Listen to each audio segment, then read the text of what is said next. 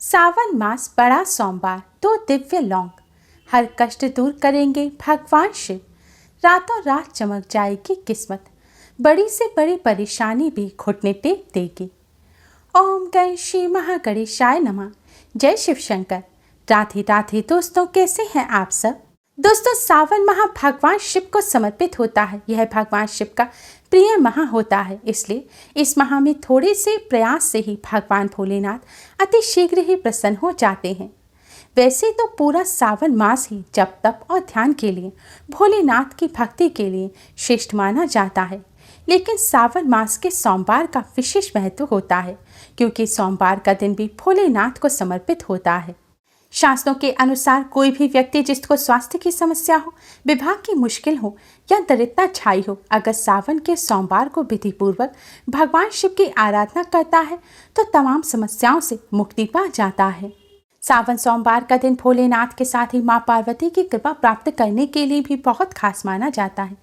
माना जाता है जो भक्त इस दिन सच्ची श्रद्धा के साथ भोलेनाथ माँ पार्वती का शिव परिवार का पूजन करते हैं, उन्हें जीवन के सभी कष्टों से छुटकारा मिल जाता है। खासतौर से वैवाहिक जीवन के लिए सावन सोमवार के दिन भोलेनाथ का पूजन किया जाता है। अगर कुंडली में विवाह का योग ना हो या विवाह में अड़चन आ रही है तो सावन के सोमवार का दिन भगवान भोलेनाथ का पूजन अवश्य करना चाहिए। अगर आपकी कुंडली में आयु या स्वास्थ्य बाधा हो या मानसिक स्थिति की समस्या हो, तब भी सावन के सोमवार की पूजा उत्तम होती है। सावन के सोमवार को शिव पूजा के लिए सर्वोत्तम माना जाता है। इसमें मुख्य रूप से शिवलिंग की पूजा की जाती है और शिवलिंग पर जल अर्पित कर बेलपत्र चढ़ाया जाता है।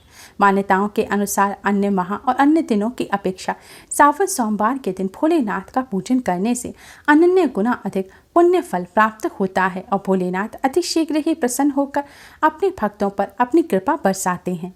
दोस्तों, आज की इस वीडियो में हम आपको सावन सोमवार के दिन करने वाला एक बहुत ही असरकारक उपाय बताने जा रहे हैं। इस आसान और असरकारक उपाय को करने से भोलेनाथ की कृपा बरसती है। भोलेनाथ अपने भक्तों के रोग शोक दुख दरिद्रता का नाश कर देते हैं। भोलेनाथ की कृपा से दुर्भाग्य भी सौभाग्य में बदल जाता है। जो भक्त इस उपाय को पूर्ण श्रद्धा और विश्वास के साथ करते हैं, भोलेनाथ माँ पार्वती उन्हें मनचाहा वरदान हाथों हाथ प्रदान कर देते हैं। दोस्तों, उपाय सही प्रकार से करने के लिए वीडियो को एंड तक जरूर देखें। अगर आपने हमारे चैनल को अभी तक सब्सक्राइब नहीं किया है तो यूज़फुल वीडियोस के लिए चैनल को सब्सक्राइब कर बेल आइकन को भी जरूर दबाएं और वीडियो को लाइक कर अपने फ्रेंड्स के साथ शेयर जरूर करें। भोलेनाथ की कृपा प्राप्त करने के लिए कमेंट बॉक्स में जय भोलेनाथ जरूर लिखें। दोस्तों, प्रातःकाल के समय भोलेनाथ का पूजन करना तो शुभ होता ही है, लेकिन भोलेनाथ के पूजन करने का सबसे शुभ समय है प्रदोष काल। संध्या काल यानी कि जब सूर्यास्त होता है उससे 45 मिनट पहले और 45 मिनट बाद तक प्रदोष काल होता है। यह काल भोलेनाथ के पूजन के लिए सर्वश्रेष्ठ बताया गया है, इसलिए हो सके तो भोलेनाथ का पूजन आप इसी समय करें और इस उपाय को भी आप प्रदोष काल के समय ही करें।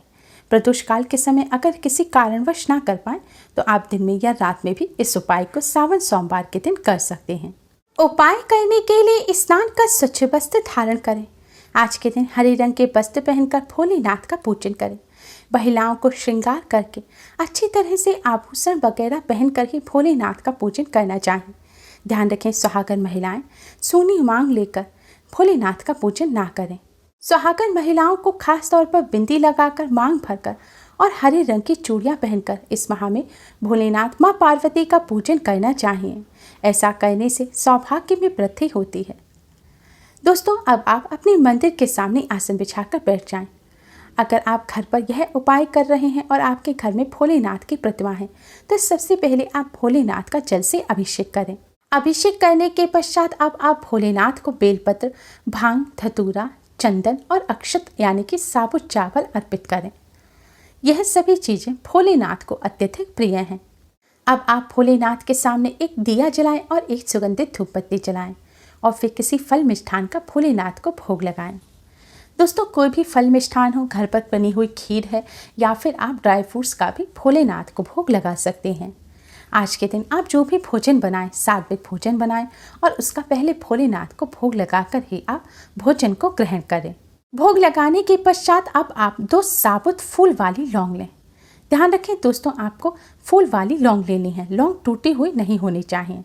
लौंग पर आप गंगा जल या फिर शुद्ध जल छिड़क कर लौंग को शुद्ध कर लें और साफ कपड़े से पोंछकर एक कटोरी में रख लें। अब आप यह लौंग भोलेनाथ के सामने रख दें। अब आप भगवान श्री गणेश, भगवान शिव, माँ पार्वती, भगवान कार्तिकेय, नंदी जी को पूरे शिव परिवार को प्रणाम करें और फिर आप भोलेनाथ के इस मंत्र का 108 बार जाप करें। पुरुष ओम नमः शिवाय मंत्र का जाप करें और महिलाएं ओम शिवाय नमः मंत्र का जाप करें। दोस्तों, अगर आप किसी रोग से पीड़ित हैं, बार बार आपकी दुर्घटना होती है, आपका स्वास्थ्य ठीक नहीं रहता, आपको जल्दी ही नज़र लग जाती है या कोई आपका दुश्मन है, तो आप महामृत्युंजय मंत्र का 108 बार जाप करें। महामृत्युंजय मंत्र इस प्रकार है। ओम त्र्यंबकम यजामहे सुगंधिम पुष्टिवर्धनम उर्वारुकम बंधनान मृत्युमुच्य मामृतात्। दोस्तों, इस मंत्र का आपको 108 बार जाप करना है। भोलेनाथ के मंत्रों का रुद्राक्ष की माला पर जाप करना श्रेष्ठ रहता है। अगर रुद्राक्ष की माला ना हो तो आप उंगलियों पर गिनकर या किसी और माला पर या तीली इत्यादि पर गिनकर भी आप मंत्र का जाप कर सकते हैं। अगर आपके घर में आपका बच्चे या आपके पति या आपके परिवार का कोई भी सदस्य, भाई बहन, माता पिता, किसी की भी अगर तबीयत खराब रहती है तो आप उनकी सेहत सही रखने के लिए, उनकी रक्षा के लिए भी महामृत्युंजय मंत्र का जाप कर सकते हैं। मंत्र का जाप करने के पश्चात दोस्तों, आपने भोलेनाथ के सामने जो लौंग की कटोरी रखी है उसको आप उठा लें। आप चाहें तो एक मिट्टी का दीपक या फिर एक खाली दीपक भी ले सकते हैं और उसमें यह लौंग रख दें या फिर कटोरी में ही रखा रहने दें और इन लौंग के ऊपर आपको थोड़ा सा कपूर डाल देना है। कपूर डालकर अब आपको यह लौंग जलाने हैं। लौंग जलाने के बाद अब आपको इस कपूर और लौंग से भोलेनाथ की आरती उतारनी है। आरती उतारते समय आप भोलेनाथ की आरती भी गा सकते हैं या फिर पुरुष ओम नमः शिवाय मंत्र और महिलाएं ओम शिवाय नमः मंत्र का जाप करते हुए भी भोलेनाथ की आरती उतार सकते हैं। आरती उतारने के पश्चात आप इस लौंग की कटोरी को वापस मंदिर में भगवान जी के सामने रख दें और आपकी जो भी समस्या है, जो भी परेशानी है, वह सभी भोलेनाथ के समक्ष रखें। आपकी जो भी समस्या है उन सभी समस्याओं को दूर करने की प्रार्थना करें। आपके परिवार में किसी को कोई रोग है, कोई स्वास्थ्य संबंधी समस्या है, दुर्घटना होती है या नज़र लगती है या जो भी परेशानी है, आप वह सभी परेशानी भोलेनाथ के सामने रखें और उस व्यक्ति के स्वास्थ्य में लाभ की प्रार्थना करें। अगर आपके व्यापार में कोई समस्या चल रही है, किसी की बुरी नज़र आपके घर परिवार को लग गई है, तो वह सभी दूर करने की आप भोलेनाथ से प्रार्थना करें। आप अपनी मनोकामना भोलेनाथ के सामने रखें और भोलेनाथ से मनोकामना पूर्ण करने की सच्चे मन से प्रार्थना करें। दोस्तों, प्रार्थना करने के पश्चात जब लौंग पूरी तरह से जलकर शांत हो जाए, तब लौंग और कपूर की जो ये भस्म है, इस भस्म से आप भोलेनाथ के मस्तक पर तिलक करें और चरणों पर भी लगाएं। अगर आप मंदिर में पूजन कर रहे हैं तो भोलेनाथ की शिवलिंग पर तिलक करें, लेकिन ध्यान रखें महिलाएं और कन्याएं शिवलिंग पर तिलक ना करें। आप यह भस्म शिवलिंग पर छिड़क दें और फिर इसी भस्म से आप अपने मस्तक पर भी तिलक करें और अपने परिवार के सदस्यों के भी मस्तक पर आप इस भस्म से तिलक करें। दोस्तों, शिवजी का प्रमुख वस्त्र भस्म है क्योंकि इससे शिवजी का पूरा शरीर ढका रहता है। शिव पुराण के अनुसार भस्म सृष्टि का सार है। एक दिन संपूर्ण सृष्टि इसी राख के रूप में परिवर्तित हो जानी है। भस्म शिवजी को बहुत प्रिय है, इसलिए शिवजी सदैव भस्म धारण किए रहते हैं। इसका अर्थ है कि संपूर्ण सृष्टि शिवजी में ही विलीन हो जानी है। शिव पुराण के अनुसार इस तरह पवित्र भस्म तैयार कर भोलेनाथ को अर्पित करने के पश्चात जो मनुष्य इस भस्म को धारण करता है उसे भोलेनाथ की असीम कृपा प्राप्त होती है। भोलेनाथ की कृपा से उसे सभी प्रकार की सुख सुविधाएं प्राप्त हो जाती हैं। शिव पुराण के अनुसार ऐसी भस्म धारण करने से व्यक्ति का आकर्षण बढ़ता है, समाज में मान सम्मान प्राप्त होता है। अतः शिवजी को अर्पित की गई भस्म से अवश्य ही तिलक करना चाहिए। ऐसा करने से अक्षय पुण्य की प्राप्ति होती है और साथ ही कई जन्मों के पाप भी नष्ट हो जाते हैं। जो मनुष्य सावन सोमवार के दिन भोलेनाथ को अर्पित की गई भस्म को अपने मस्तक पर धारण करता है, भोलेनाथ की कृपा से उसकी किस्मत चमक जाती है, उसकी मस्तक की लकीरें बदल जाती हैं और उसका दुर्भाग्य भी सौभाग्य में बदल जाता है। भोलेनाथ की कृपा से जीवन में चली आ रही परेशानियां दूर होती हैं। भोलेनाथ अपने भक्तों के सभी कष्टों को दूर कर सुख समृद्धि प्रदान करते हैं।